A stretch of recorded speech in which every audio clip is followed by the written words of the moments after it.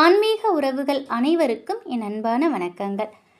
செவ்வாய் வெள்ளிக்கிழமை அப்படின்னாலே துர்க்கை அம்மன் தான் நம்ம ஞாபகத்துக்கு வருவாங்க. காரணம், ராகு காலத்தில் துர்க்கை அம்மனுக்கு சிறப்பான பூஜைகள் நடைபெறும். அந்த பூஜையில் கலந்து கொள்றதோட மட்டும் இல்லாமல் துர்க்கை அம்மனுக்கு தீபம் ஏற்றி வழிபடும் பழக்கம் நம்மள நிறைய பேருக்கு இருக்குது. இப்படி தீபம் ஏற்றி வழிபடும் நம்ம வாழ்க்கையில் எந்தவித நன்மையும் நடைபெறலை, கஷ்டங்களை மட்டுமே அனுபவிச்சிட்ருக்கோம் அப்படின்னு நிறைய பேருக்கு மனசில் தோன்றும். அவங்களுக்கான பதிவு தான் இந்த பதிவு. துர்க்கை அம்மனை வழிபடும்போது நம்ம செய்யக்கூடிய தவறால் நம்முடைய வாழ்க்கையில் எந்தவித முன்னேற்றமும் இல்லாத சூழ்நிலை உண்டாகும். அந்த தவறு என்னங்கிறது தான் இந்த பதிவில் நம்ம தெரிஞ்சுக்கலாம். அசுரர்களை வதம் செய்வதற்காக பிறந்தவங்க தான் துர்க்கை அம்மன். துர்க்கை அம்மனை யார் ஒருத்தங்க வழிபாடு செய்கிறாங்களோ அவங்களுடைய வாழ்க்கையில் இருக்கக்கூடிய கஷ்டங்கள், துன்பங்கள், துயரங்கள் எல்லாமே நீங்கும். அப்படி நீங்கிறதுக்காக பெண்கள் ராகு காலத்தில் துர்க்கை அம்மனை வழிபாடு செய்வோம். நம்ம வழிபாடு செய்யும் பொழுது சில தவறுகளை செய்யறதுனால நம்ம வாழ்க்கையில் இன்னும் பல பிரச்சனைகளை நம்ம சந்திக்கக்கூடிய ஒரு சூழ்நிலை உண்டாகும். முதல்ல செவ்வாய் வெள்ளிக்கிழமை ராகு காலத்தில் நம்ம பக்கத்தில் இருக்கக்கூடிய கோவிலுக்கு போவோம். அங்கே போயிட்டு துர்க்கை அம்மனுக்கு நம்மளால் முடிஞ்ச அபிஷேக பொருள், செவ்வரளி பூக்கள் இதெல்லாம் வாங்கி கொடுக்கறது மட்டும் இல்லாமல் எலுமிச்சை பழத்தை நறுக்கி அதில் தீபம் ஏற்றி வழிபாடு செய்வோம் இல்லையா? அந்த எலுமிச்சை பழ தீபம் ஏற்றுவதுங்கிறது தவறான ஒரு விஷயம் அப்படின்னு ஆன்மீகத்தில் கொடுக்கப்பட்டிருக்கு. பொதுவாகவே நம்ம திருஷ்டி கழிக்கும் பொழுது பெரிய பெரிய பலிகள் தரும் பொழுதும் எலுமிச்சை பழத்தை நம்ம பயன்படுத்துகிறோம். இது எல்லாருக்கும் தெரிஞ்ச விஷயந்தான். இந்த மாதிரி நம்ம பலிக்காக அந்த எலுமிச்சை பழத்தை நம்ம கொடுக்குறோம் இல்லையா? அப்போது கோவிலுக்கு போயிட்டு அந்த எலுமிச்சை பழத்தை ரெண்டாக நறுக்கி நம்ம அதை பயன்படுத்துறதுங்கிறது அது பலியிடுறதுக்கு சமந்தான். அதனால் கூட நமக்கு கஷ்டங்கள் நம்மளை தொடர்ந்து வரும். அதனால் அப்படி செய்யக்கூடாது அப்படின்னு ஆன்மீக ரீதியாக சொல்லப்பட்டிருக்கு.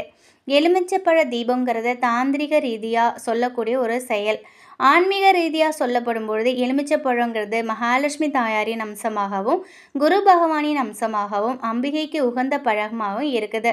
இந்த தெய்வீக பழத்தை நம்ம கோவிலில் ரெண்டாக நறுக்கி அதோட சாரை எடுத்துகிட்டு தீபம் ஏற்றுவது தவறான ஒரு விஷயம்.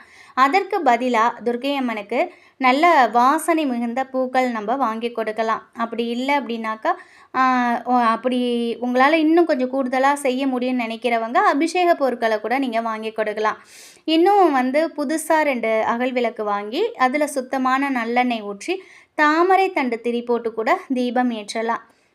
துர்க்கை அம்மனுக்கு அவங்களுக்கு உரிய பாடல்களை நம்ம பாடலாம். அவங்களோட போற்றிகள் நம்ம சொல்லலாம். குறிப்பாக சின்னஞ்சிறு பெண் போலே சிற்றாடை இடையூர் உடுத்தி அப்படின்னு ஒரு பாடல் இருக்கும்.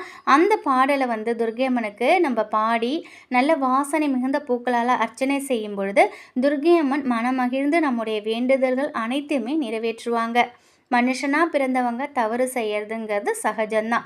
ஆனால் அந்த தவறையே நம்ம செஞ்சுக்கிட்டு இல்லாமல் அதை உணர்ந்து நம்ம திருத்தி நல்ல நிலையில் தெய்வ வழிபாட்டை செய்யும் பொழுது நம்முடைய கர்ம வினைகள் நீங்கிறதோடு மட்டும் இல்லாமல் கஷ்டங்களும் தீரும். ஆன்மீகத்தில் சொல்லப்பட்டிருக்க இந்த ஒரு விஷயம் உங்கள் அனைவருக்கும் பயனுள்ளதாக இருக்குங்கிறதுக்காக தான் இப்போ நான் இந்த பதிவை பதிவிடுறேன்.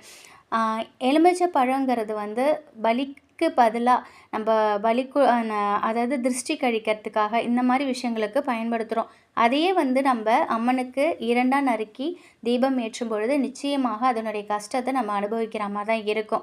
நிறைய நான் வேண்டுதல் செஞ்சிட்ருக்கேன், நிறைய நான் கோவிலுக்கு போயிட்டு பூஜை பண்ணிகிட்ருக்கேன், ஆனாலும் என் வாழ்க்கையில் கஷ்டத்தை தவிர வேறு எதுவுமே வரமாட்டுதுன்னு நினச்சிட்டு இருக்கிறவங்க இதை கொஞ்சம் மாற்றி ட்ரை பண்ணி பார்த்தீங்கன்னா நிச்சயமாக அந்த ஒரு தவறை நம்ம திருத்திக்கிட்டோம் அப்படின்னா நம்ம வாழ்க்கையிலும் முன்னேற்றங்கள் ஏற்படும். இந்த ஒரு தகவல் உங்களுக்கு பயனுள்ளதாக இருக்கும் அப்படின்னு நம்புகிறேன். இன்றைக்கி ஆடி மாத முதல் வெள்ளி, அதுவும் பிரதோஷம் சேர்ந்து வரக்கூடிய இந்த நாளில் நீங்கள் அம்மன் வழிபாடு செய்யுங்க. சிவபெருமானையும் அம்மனையும் ஒரு சேர அவங்கள வணங்கிட்டு வாங்க. நிச்சயமாக உங்கள் வாழ்க்கையிலையும் முன்னேற்றங்கள் அதிகரிக்கும், கஷ்டங்கள் தீரும். இந்த பதிவு உங்களுக்கு பிடிச்சிருந்தது அப்படின்னாக்கா உங்களுக்கு தெரிஞ்சவங்களுக்கும் நீங்கள் இதை சொல்லுங்கள். ஏன்னா நமக்கு தெரிஞ்ச விஷயங்களை ஒரு 4 பேருக்கு சொல்லும் பொழுது அவங்க அதில் பயன்படும் போது அந்த பயனோட பலன் நமக்கு கிடைக்கும். இந்த ஒரு தகவல் நிச்சயம் உங்களுக்கு பயனுள்ளதாக இருக்கும் அப்படின்னு நம்புகிறேன். நன்றி.